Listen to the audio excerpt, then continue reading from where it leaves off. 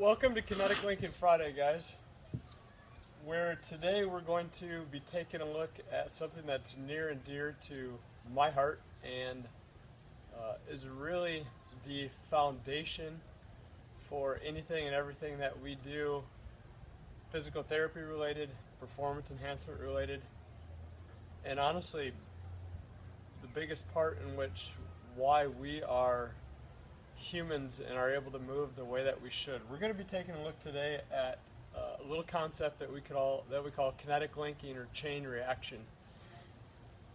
It's funny how chain reaction and kind of this kinetic linking, kinetic chain, force producing system that is linked together. So it tells us kind of right there off the bat that the body that we call this kinetic chain collaborates in a simplistic yet but very sophisticated kind of way that allows this interdependence upon itself to help the body gather, analyze, interpret information to be able to select and execute, generate the right response. This kinetic linking, this chain reaction like effect always reminds me of a couple different things. One, almost like a little drill right here. A little drill. As I was first kind of finishing off this nice little vintage farm fitness step-up box. Also reminds me of coming from the Midwest, tornadoes. This tunnel and this funnel cloud like system, as it starts down at the bottom and really swirling, it becomes bigger and bigger and bigger and really swirls. When we think of and when we take a look at movement, the genesis of movement begins and ends with a firm base of support so that we can take and gather from external forces such as gravity, momentum, inertia, and ground reaction force, all those organic principles set forth by Isaac Newton, so that we have these forces that enable the body to kind of stabilize multiple joints and then transfer this force, this stability, this mostance as I call it, this hybrid of mobility, stability, and balance to further segments, distal segments throughout the chain. When we take a look at this chain reaction like principle, it's the foundation and the essence to motor control, motor learning principles, and the key element of motor development, meaning adaptation, growth, learning, and change over time. There's a handful of concepts that I would like to kind of share and talk with you about that are pillars in and amongst the story that make up this kinetic linking and chain reaction like phenomenon. I couldn't help myself. We'll get to that in a second. I couldn't help myself, but over the past week and a half, the Cyber Monday sales, the Black Friday sales, kind of wandering through some of the hardware stores and stuff like that, which were the some of the calmer sites to be at during the day. Stumbled upon some of DeWalt's new drill bits that I happened to get. It was in the kind of the works to get some new things. So there's these new screw lock systems that they have that are magnetic. They call it these magnetic screw locks to minimize drop, to minimize wobbling. So they're magnetic. It also has this new technology, this flex torque, that enables this massive amount of torque to coexist and coincide with massive amounts of flexibility of the bit to be able to, with this magnetic screw-like system, be able to produce this perfect blend of compression, this approximation, and with great accuracy and efficiency, with great power. This reminds me a lot of our bodies. When it comes to the pillars of this chain reaction and kinetic linking like system, we take a look at the first pillar, which are co-contractions. We then move along to compression. We then move along to congruency, approximation with kind of hybrids with the whole compression aspect, and then again kind of a little bit more on the chain reaction like effects. So we have a few basic kind of foundational principles here. So when we talk about co-contractions that exist with kinetic linking, we see that co-contractions, what that means is that there's a massive amount of functional synergies which produce iridation, this high recruitment of multiple muscle fibers diagonally as well as kind of horizontally. So to set the nerd language aside for a second, throughout the body as we move, we have multiple segments, multiple sets and groups of connective tissue from fingertips to toenails that are moving simultaneously to stabilize, to mobilize, and then produce force.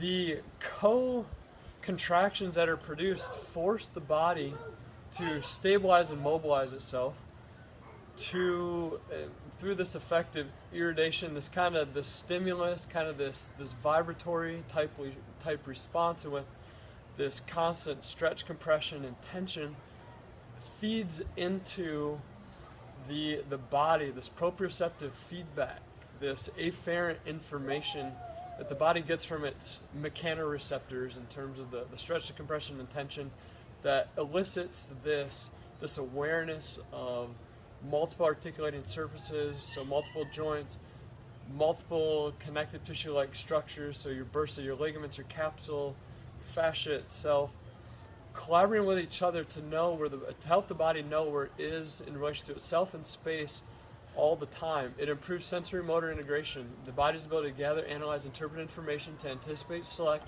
and execute the exact right response for the situation and the time that the body is in. The brain is like this huge movement library. It sponges upon its previous learning experiences, the previous research papers and papers that it's produced, compares it to the requirements that are at hand currently, gathers from that, and then continues to build upon this research project. The next pillar that we're going to take a look at, compression. When we're talking about joints, we're talking about kind of this mushing, this approximation, this drill part becoming in sync and having this good, tight, solid fit to improve dynamic stabilization, to decrease shearing-like forces. It is the essence of dynamic stabilization and proprioceptive-like feedback. Again, we get that approximation, that magnetic-like fit. We then move on to congruency. So congruency, what does that mean? We have articulating surfaces, so joint surfaces like the glenohumeral joint right here, the glenoid and the humeral head, coming together and mushing together. That congruency, think of it as the body's way of being able to take the synovial joint fluid produced from the synovium and the intervascular lining of the capsule, of that joint capsule, being released and hydrating the capsule, nutrifying the capsule, as well as nutrifying kind of that cartilaginous, that cartilage like surface on those two articulating surfaces. We get a huge decrease in intra and extracapsular, intra and extra articulating surface like adhesion. We get a lot of great mobilization of bones, so our great osteokinematic like system, and of muscle tissue itself, so we can get great mobilization that decreases atrophy, that keeps the capsule healthy, that keeps all this articulating cartilage great and healthy and happy as those two surfaces mush together, mushing those protoglycans, pushing the waste on out, and acting as this piston to suck in these glycoaminoglycans, these great kind of water, hydration like nutrients that the system needs to minimize the accumulation of fatigue, pain, and wear and tear. When we then get to kind of this approximation, this chain reaction kinetic linking like system, and put it all together, we see that the body identifies and connects, collaborates with co-contractions, compression, and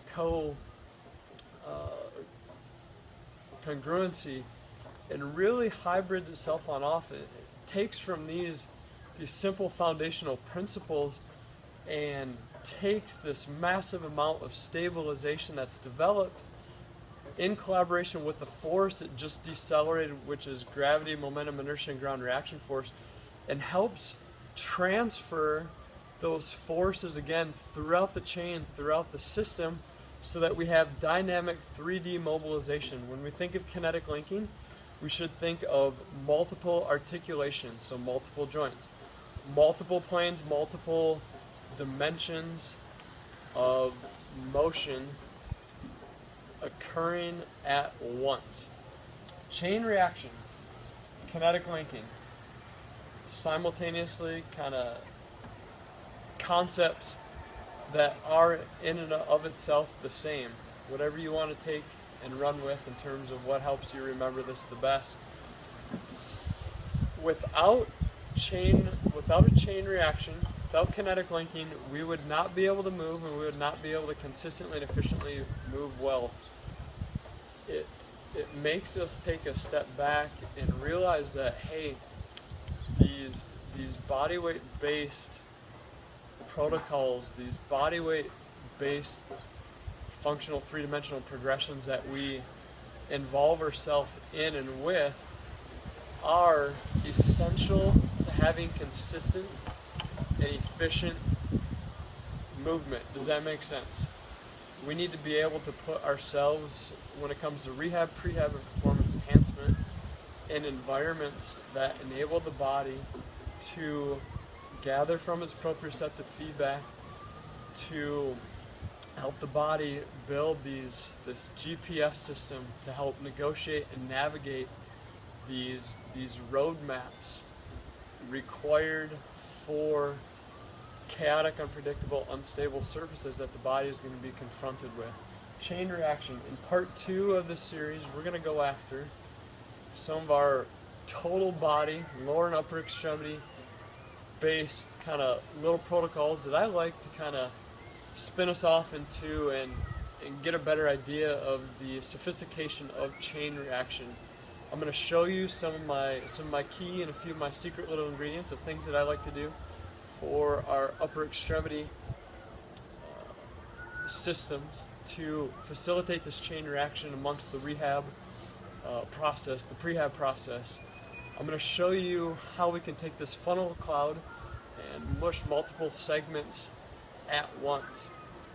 I'm going to show you how we can minimize drop and minimize wobble and all this excessive, abnormal kind of perturbations throughout the system, taken from our perturbations, so kind of our shaking, but inhibiting and disallowing multiple articulating surface perturbation that is detrimental to efficient motion. We're going to take a look at compression, congruency, and co-contractions and how the approximation-like principles feed into chain reaction. The next gathering for Kinetic Linking Friday, it is going to be movement-based, part B of our chain reaction. I look forward to starting this funnel cloud-like conversation with you, this funnel cloud-like movement paradigm that we're on. I look forward to kind of helping us understand how this driving bit is driven by this magnetized kinetic linking system, how this flex torque-like system is going to consistently and efficiently drive and facilitate motion from the transfer of forces throughout multiple articulating surfaces at once. I hope that you have a great day. We're